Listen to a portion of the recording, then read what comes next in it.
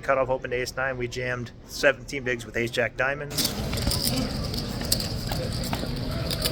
Jackpot whispers and roulette wheel spin. In the city of sin, can't tell where I begin. Dealers gaze sharp, table feels alive. Every bet I place keeps the thrill in drive.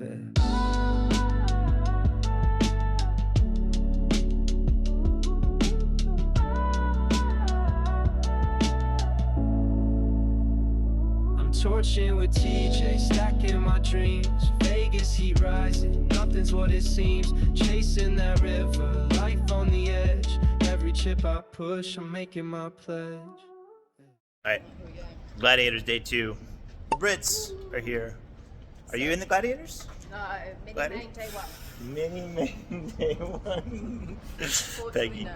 Bit deep sigh. Mini-Main. It's no good.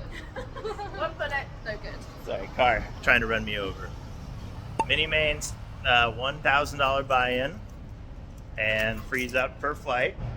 I hope to not join you today, but if I bust the Gladiators, I will. How's your stack? I have 29 bigs, and the average is... Keep trying to get run over. This is why people hate content creators right here. The average is 18 bigs, and we have 29. How's your table? I know no one. Is there like any big house of distribution? The biggest stack at the table is on my direct right. Okay, that's Fantastic. Yeah. Fantastic. I can 3-bet, put pressure on him, and I don't have to worry about getting stacked by the shorties. But, there's going to be a lot of hands that they're going to be just shoving over my open. So, yeah. Thankfully, we got 40-minute levels instead of 30 minutes today, which gives us a little more time. I was saying that this is probably one of the best actual chances to win a bracelet for me this summer because there's 800 people coming back from a 25,000 person field. And they all suck. And they all suck. No, that's not true. But it is going to be one of the weakest day 2s of the WSOP. And we've extended it to 40-minute levels. So realize our edge. Let's go win a bracelet today while these two bag chip lead 1 and 2 in the mini-main.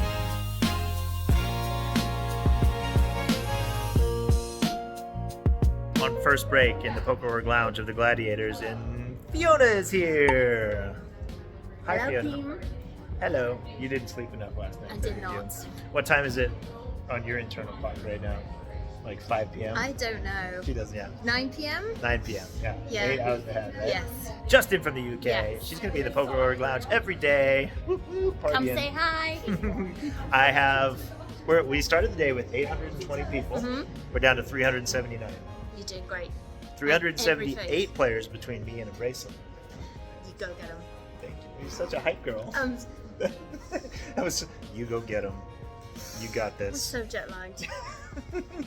So let me, Please edit all put this you, out. let me just put you on video. Yeah. And you're great. This is jet lag Fiona. Imagine how awesome non-jet lag Fiona is. I have 1.9 million Fiona. And that's 19 big blinds because we're coming back to 100K. Think I can do it? Yes. Yeah? Well, I have the power of tea. Exactly, and that's all you need. Forget coffee. Wait, you don't have milk though? No, is there milk? There's cream, but I know No, you don't like cream, no. so I was going to go Cream grab does some. not belong in tea.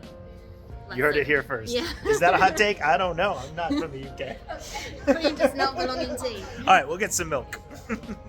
Like I said there, we're on our first break. We really didn't play too many consequential well, every pot is consequential when it's 20 big blind average, which is what we're coming back to. We called an all-in. I got that one on video. Guy shoved 6 big blinds with Jack 10 suited. We woke up with Ace King in the big blind, called. Neither of us made a pair, and we were good. And then we got hero called once when we were bluffing with 6 high. And then we hero called with bottom pair blind versus blind against the same guy. All in all, we started the day with just over 1.4 million. Now we've got just over 1.9 million, chipping up slightly, but next 3 levels is going to be very important. Second break, still in, 188 players left, and we've got 6.5 million, top 20 stack. And that was a little bit of a roller coaster. We made one huge fold. We had 6-7 in the big blind. We had trips on 7-3 deuce 7. We led small when we turned trips, and he called. River brought a king, but it did bring a backdoor flush in. We checked. He bet just over 1 big blind. Very annoying. Might be trying to squeeze out some value with the king, get called by a 3 or a deuce from me. So I can't let him get away with that price when we have trips. Plan is to 3-bet and fold if he jams. We do 3-bet to 700K, and he does jam. For almost all my chips, I have 1.4 million behind. We think for a while, we stick to the plan, and we fold. Don't think you see too many river 3-bet bluffs in this tournament. And he did tell us he had kings. Didn't see it, but we believe him. So 2 outed, if that's true. We preserved the 1.4 million, and then we ran hot after that. Just, getting it in with the best hand a few times. I don't even remember all the hands we played. We did get ace-9. The cutoff opened ace-9. We jammed 17 bigs with ace-jack diamonds. He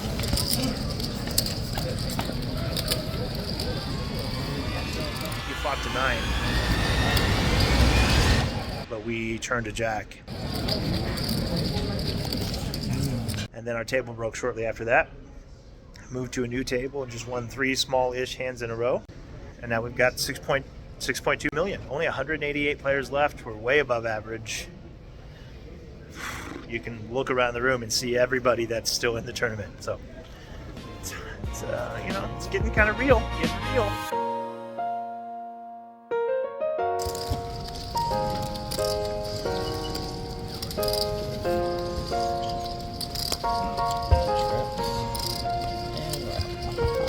Good game. There you go. Payout on 5-10. We just busted the Gladiator in kind of crazy fashion. It just happened, so I haven't really thought about the play too much, but I'll tell you the hand. We start the hand with just under 9 million at the 200K big blind level, so we've got a lot of chips for this stage of the tournament, 45 bigs. We open Jack-Jack under the gun, and the player in +2 3-bets us. We open to 400K, he 3-bets to 1.2. Pulls back around to us. I think we could either raise or call. 45 bigs is more than we want to get in the middle at this stage in the tournament. So we have the option to 4-bet. We could 4-bet jam if we chose to.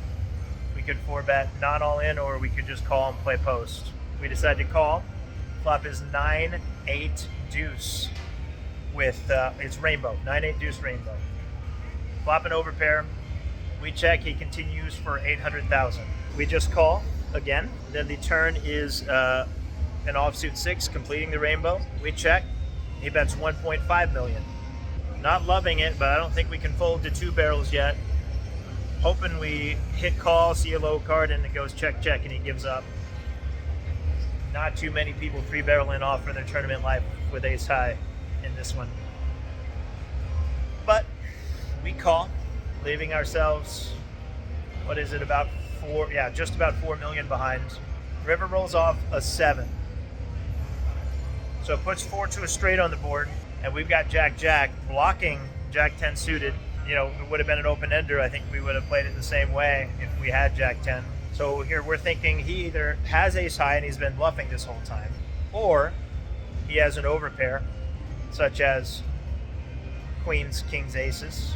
And if we jam here on the river, then he's going to fold all of his bluffs and we win anyway. And we're going to put queens, kings, aces in a terrible spot, because I think we have way more 10s and 10 jack than he does. We jam, he thinks for a few seconds and says call. And he flips over ace of hearts, 10 of hearts.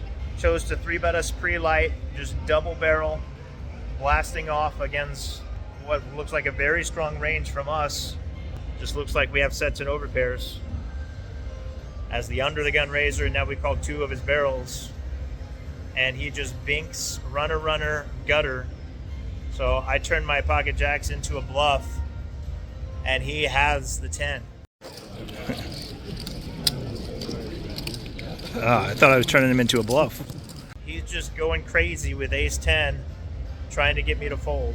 I haven't even got out of line the whole day. I'm playing tight. Playing, every hand I've shown down has been a premium or, the goods.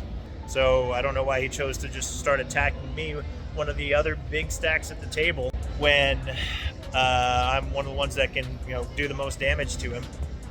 He barely had me covered. And then just gets there. It's like the perfect run out for me to turn my hand into a bluff and for him to bink the straight with his 3-bet double barrel bluff. Still a little raw. I thought this was the one that we were going to go deep in. 147th place, I think. They haven't made it official.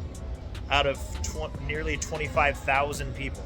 And I think we're walking away with like $3,700. Doesn't feel like enough. All the money's up top. We were so close to making, a super deep run in a very massive tournament.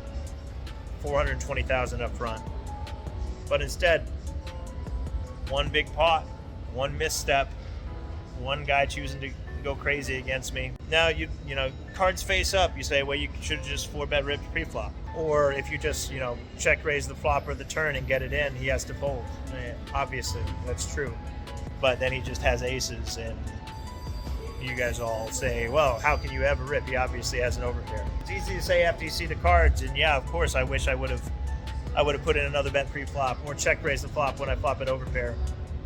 But I didn't. That's not what I thought he had. Playing against his range of hands, the 10 being in there is a very small portion of his range.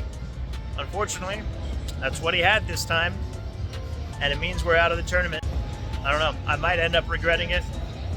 I might wish I played that hand differently as I think about it and talk to others about it, but it is what it is. We live with it in the moment. If he tank and folds aces, I feel really amazing about the play. All right, we'll hit the reset button. I don't know what we're doing yet. I plan to play that tournament for a while tonight. Instead, we're out of here. I'll come back and update you with how much the actual money was. Somewhere around like 4,000. Taking a few hours to think about the disastrous bust-out hand after having a top over 10 million chips in the Gladiator. I now have 0 chips and have had 0 chips for several hours. Consensus is I played it fine, but probably didn't have to play it like I played it.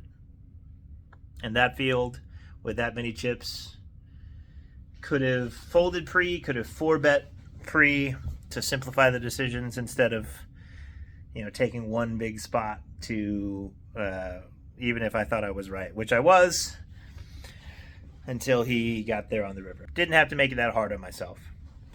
Made it hard on myself, paid the price, got punished by a horrible run out, and I've been eliminated. But such is poker. I made the top 0.5% of a 25,000 person tournament. So have to look at the positive, hold your head up high, because that doesn't happen very often. But it also hurts because it doesn't happen very often. And, you don't get those chances so close to a bracelet and $500,000 very often. And to have one hand end the run makes it hurt even more. But bigger and better things ahead. That was the lowest buy-in tournament of the trip. So maybe we're saving the best run yet to come in the 10K main event next week. It starts next week, which is crazy. I can't believe we've been here for 4 weeks now. I'm sure a lot of you are going to have comments about that hand. Drop them. I'll read them.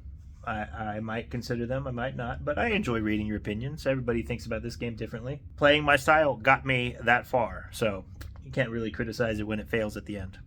Anyway, we're going to go to Planet Hollywood, I think, right now. See Blaze and Peggy and the crew, whoever Mo's out there, I think. Maybe play some cash, but very low stakes just to, have some fun.